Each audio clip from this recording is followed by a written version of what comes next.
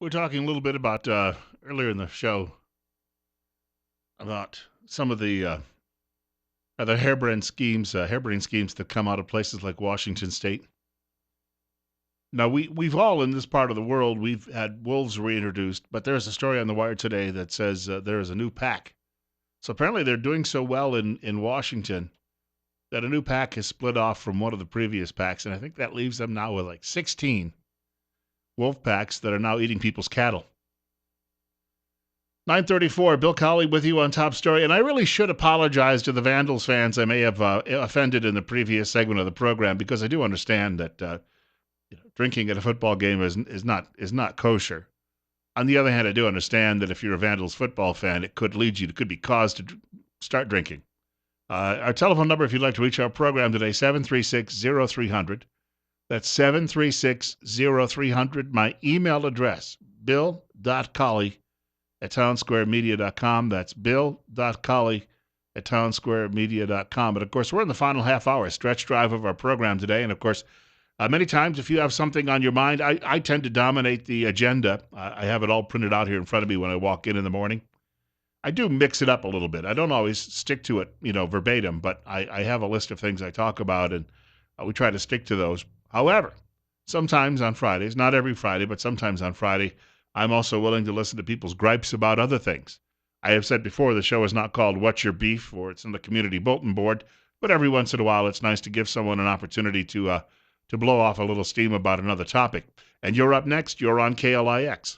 Morning, Bill. I don't mean to get off topic or anything like that, like you just said, but earlier you mentioned the narco state of Mexico, and I think people always want to look to Australia and different places for gun laws, and just look no further than our closest border, and that's Mexico, and what a wonderful job that's doing for them. And then the other thing is you mentioned states splitting off and whatnot, and people can kind of poo-poo that and laugh and whatever, but if you understand the Civil War that we fought, it really didn't start over slavery at all. It started over a whole lot less than the crap that we're going through right now. So really nothing to laugh about, and it's a totally possible outcome for what the crap that's been shoving down our throats. So I don't think, though, that you would have, because in the past when there was a secession, they went to war over it. I think currently a lot of your liberals, because they are so smarmy and think they know so much better than everyone else, and they have such disdain for us, that they would just as soon see us split off, and they somehow believe that they can live better.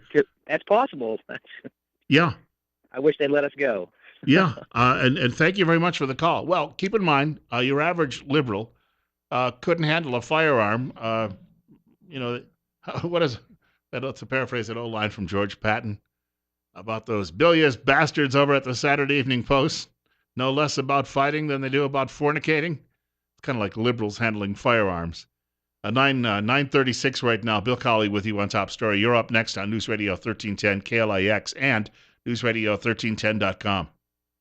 Morning, Bill. I seen a little a newspaper clip this week that the biggest molybdenum deposit in the world, located just northeast of Boise, someplace up there, is going to China. China gets that deposit, and I'm flabbergasted. These giant mineral deposits aren't all over the United States.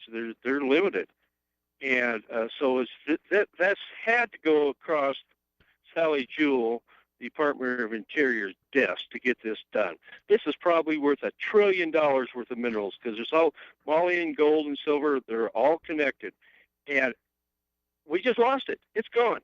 It went to China. I think I heard something about this too on Coast to Coast this week. Unbelievable. The coal, the gold, now the moly, biggest deposit in the world, located right here in Idaho. We just lost it. China got it. I wonder if that will square our debt. Oh, no, we didn't get anything for that. That would have been cool, wouldn't it? Yeah, unbelievable. Hey, thank you for the call, sir. Speaking of that, I found this today while I was trolling the website. I think it's called Real Clear Politics, but this comes out of, I'm not sure what the publication is, but Real Clear Politics is a news aggregator site, and it didn't say. But check this headline out. Attention candidates, China is trying to foil aluminum. 15 years ago, there were 23 aluminum smelters in the U.S. Now just 2 companies operate 5 smelters. the lowest level of production since World War II. In just the past 3 years, jobs in the primary production of aluminum and refining in this country have declined by more than half. Demand is up, but production is down, and the writer says, what gives? China's own economy slowed last year to its most anemic growth rate in a quarter century, and 2016 and 2017 are expected to be worse. China's communist regime, though, has propped up its aluminum industry with subsidies, desperate to avoid throwing thousands out of work and creating civil unrest. Chinese aluminum is flooding world markets, driving down prices from $2,638 a ton just 10 years ago to $1,600 last week, and idling factories in other countries. But yet your government here won't do anything about it. Well, we have a lot of big-time investors who are obviously scamming you, my fellow citizens, and we've been down on K Street getting our lobbyists to work with members of the House and Senate, telling them that this is good for us. And when they object, we say, well, hey, I've got a satchel filled with campaign contributions. Well, say, why didn't you say that? Is that a contribution, or are you just happy to see me? Golly gee, those Chinese are just so great and wonderful. Thank you so much. And Americans are going to have to learn to live with free trade. Yeah. And, they'd be better prepared if they weren't all such dumb dummies. But keep voting for me, please. 20 minutes away from 10 o'clock. Bill Colley with you on Top Story on News Radio 1310 KLIX. I was just looking up at my TV screen, and they had a photograph of some of these ISIS hoodlums marching down a street all dressed in black with their white sneakers on. It looks like they're wearing pajamas. Frankly, how difficult could it be to take these guys out? I mean, we have the obvious power to do it. So why is it, well, we'll just kind of finesse over here and finesse over there and maybe just a little jab here and a little jab there? We could do this in a week. We could do it in a day. Why aren't we doing it? 944. Bill Colley with you on Top Story on News Radio 1310, KLIX and newsradio1310.com. Believe we have a caller with us. Caller, you're on the air. You're talking to me? I am. Go ahead. Okay, thank you. I think we've pretty well established that we've got a Muslim/racist in the White House, so I've got something else for you. Reading what they call a newspaper out of Twin Falls here the other day, and they had a story in there about a Mrs. Cox. I didn't read it. The hell is the whole page. Anyway, the context of it, she had some kind of a medical problem. She'd been an instructor out at CSI, and at the end of it, it said she was the wife of the president, Jeff Cox, out of CSI. I thought we had an nepotism law in Idaho that you couldn't survive your spouse or sibling. That is interesting, unless somebody actually got married while they were already on the job. Well, the way this talked, but that CSI out there is kind of an incestuous place, it sounds like, There's a piece in the paper today that some old boy had been an instructor out there for 20-some years, and then he took up photography, and he's been taking pictures of the refugees for 15, 20 years, and he's going to have a big gallery, and this it kind of makes you sick to think that your tax paper is going for that kind of crap. I think you when you said it's an incestuous situation, I think you nailed it. Thank you for the call, sir. You're up next. You're on Top Story with Bill Colley on KLIX. Good morning, Bill. On this recent shooting and stuff, I heard from the White House that the right-wing people are worse than the terrorists. So I've been doing some looking, and I found out that they might be right. They had those riots where they burned down the buildings and everything else. They've had school shootings. They've had this massacre, beating up cops, everything else. So, that right wing is the worst. Oh, that's right. That's the left that's doing that. So, they keep calling us out and saying that they need to take away our guns. I think we should take away their guns because they've been shown not to be responsible with them. And I brought this up earlier in the program. The House Democrats yesterday had hearings, or wanted to have hearings, on right-wing extremism and focused on the Malheur Wildlife Refuge. But again, none of those folks who took over that refuge killed anyone. No one. Got it? Nada. And yet a guy walks into a gay bar in Orlando and he shoots over 100 people, kills half of them, and their focus is a bunch of ranchers who sat around painting and fixing the plumbing while they happened to occupy that particular federal property. Right. See, and we're back to that magician deal.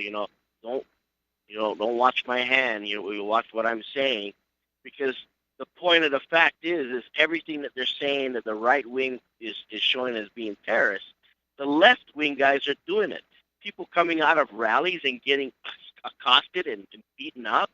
Is that the right doing that or the left? But they're egging us on. They want someone at a Trump rally to pull out a 9mm and pop one of these leftist kooks who lives in his mother's basement, and then they're going to say, "Oh, did you see what these Trump? Oh my goodness, the racist bigots! Oh, you got to vote for Hillary."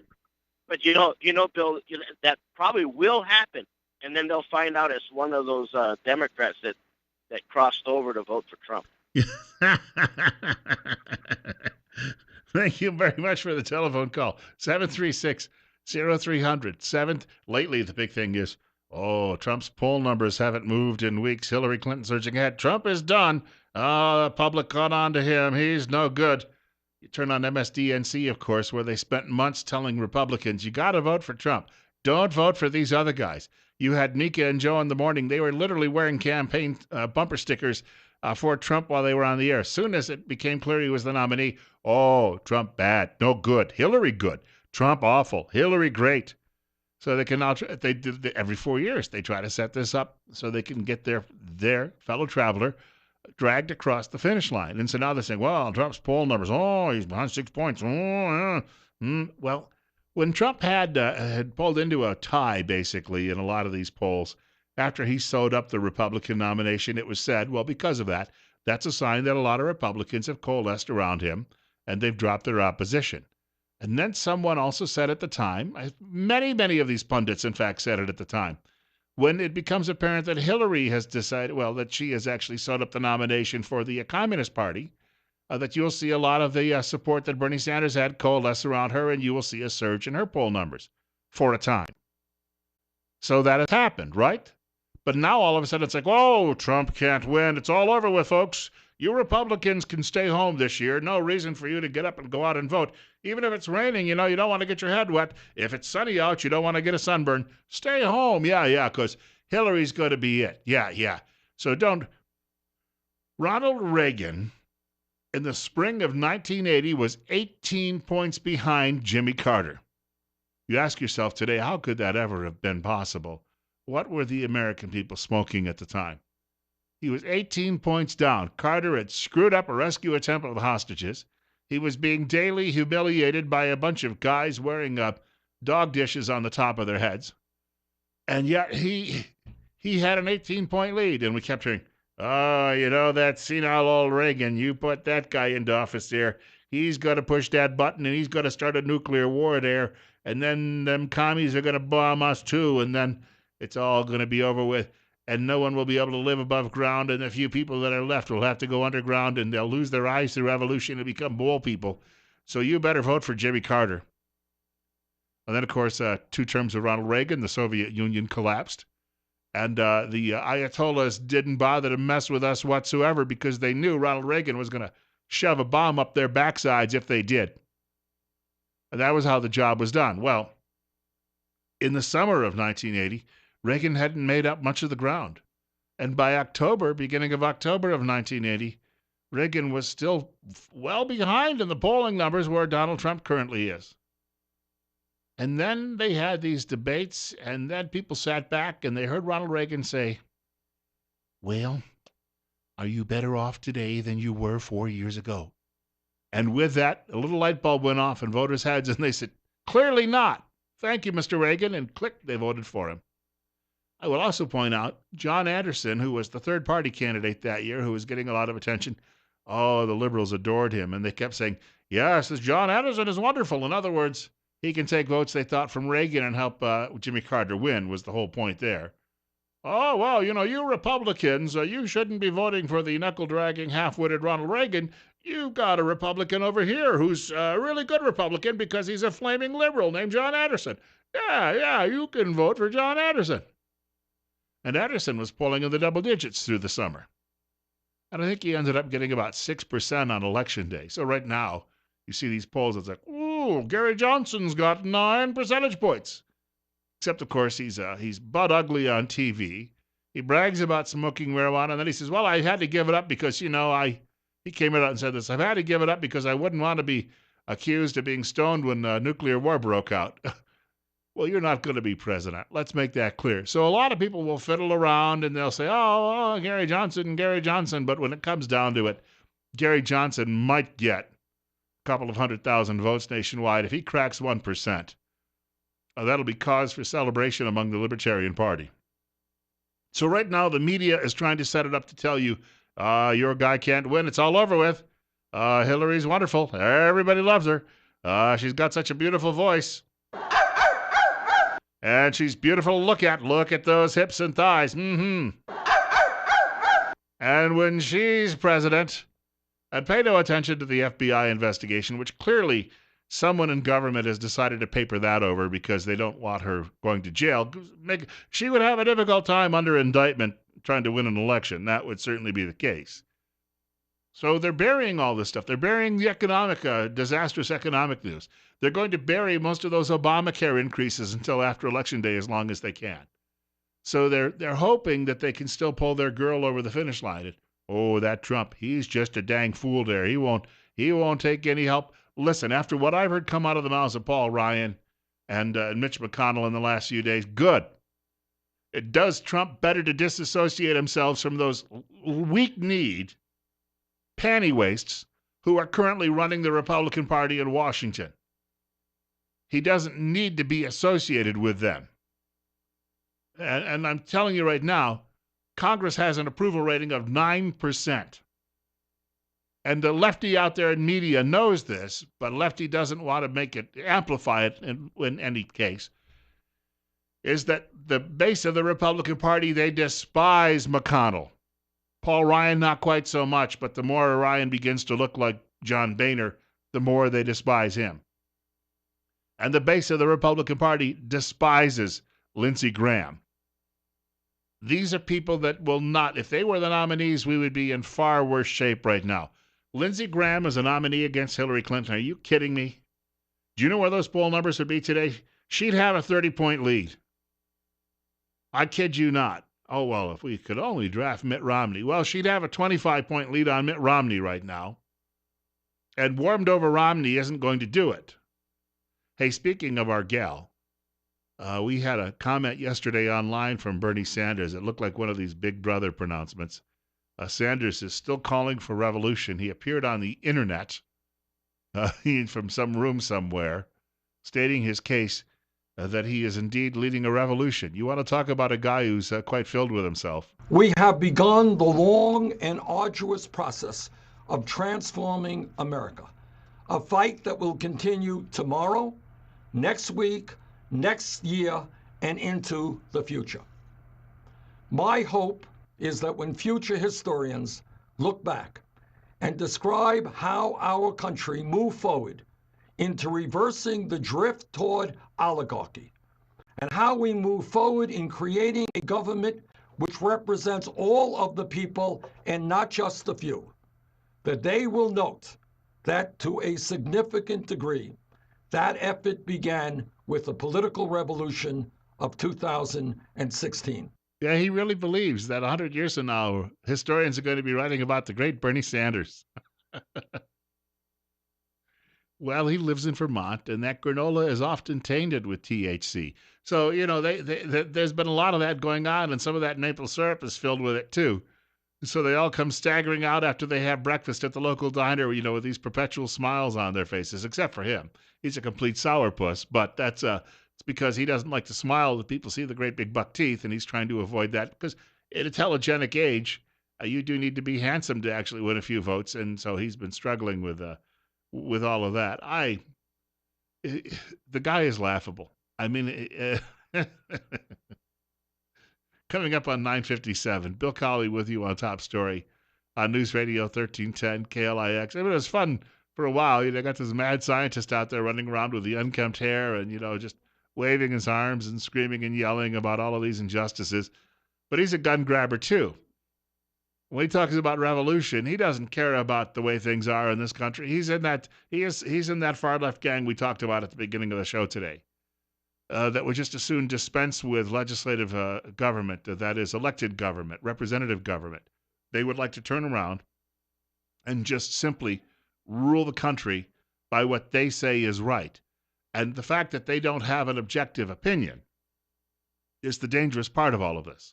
We go back to that candidate running in District 24B, the Democrat here for the Idaho legislature, when she says, when it comes to refugees, we aren't those kind of people. What she means is all of the other liberal ladies she hangs around with knitting on their red hat days at the restaurant. She's not referring to the rest of us, but they try to claim our thinking is the correct thinking. Your thinking is the bad thinking. So when we say we mean that everybody should be thinking the way we think. And there will be no disagreement when we take over. We will brook no dissent. Bill Colley with you saying have a great weekend. God willing, if the creek don't rise, they'll allow me to come back in here and do this all over again Monday morning between 8 and 10 o'clock here on News Radio 1310. KLIX and newsradio1310.com. Rush Limbaugh will follow news at 10 o'clock from Fox. Sean Hannity following the Fox News at 1 o'clock this afternoon. Glenn Beck following news at 4 o'clock. And Dave Ramsey tonight. All of that ahead on KLIX.